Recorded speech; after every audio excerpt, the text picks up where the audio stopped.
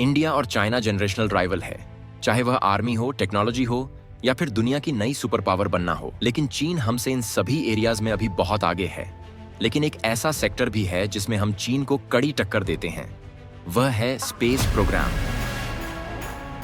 India has made space history, becoming the first nation to soft land a spacecraft on the moon's south pole. India has become the first nation to successfully land a spacecraft near the south pole of the moon. हमारे Indian space programme यानी कि इसरो की शुरुआत 1969 में हुई थी।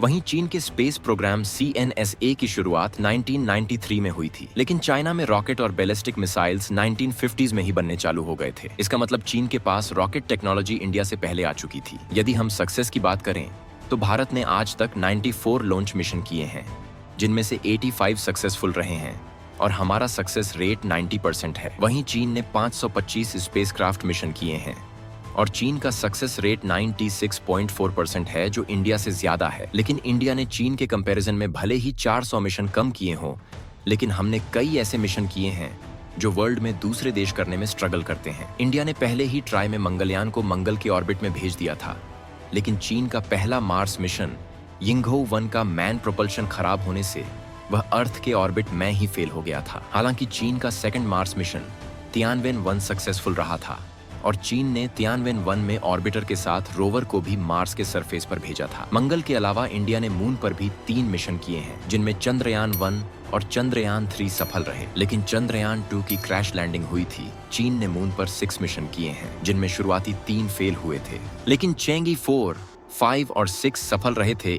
India और China के चंद्रयान 3 और चेंगी 6 लूनर मिशन थे, जो चंद्रमा के दक्षिणी ध्रुव पर लैंड करे थे। इनमें चेंगी 6 ज्यादा एक्यूरेट और दक्षिणी ध्रुव के अधिक पास था। पिछले साल 2 सितंबर 2023 को इंडिया ने अपना सन मिशन आदित्य L1 लॉन्च करके अमेरिका के बाद दूसरी कंट्री बन गया था जिसने सन की स्टडी के लिए मिशन किया हो। चीन का सन मिशन CH2 भी 2026 में प्रपोज्ड है। चीन साथ ही अपना स्पेस स्टेशन त्यांगोंग बना रहा था, जो 31 अक्टूबर 2022 को कंप्लीट हो गया था। और चीन 22 लोगों को अंतरिक्ष में भेज भी चुका है। भारत ने आज तक एक भी आदमी को अंतरिक्ष में नहीं भेजा। लेकिन इसरो का इसी साल 2024 में लॉन्च होने वाला गगनयान मिशन 3 लोगों को अंतरिक्ष में ले जाएगा। गगनयान के अलावा शुक्रयान भी दिसंबर 2024 में ही लॉन्च के लिए प्लान किया गया था, लेकिन शायद अब इसे 2031 तक डिले किया जा सकता है। लेकिन चीन का शुक्र मिशन 2026 तक लॉन्च होने की उम्मीद है। चीन ने वीनस के अलावा जुपिटर के लिए भी तियानवेन 4 को 2030 के लिए प्लान किया है। इसके अलावा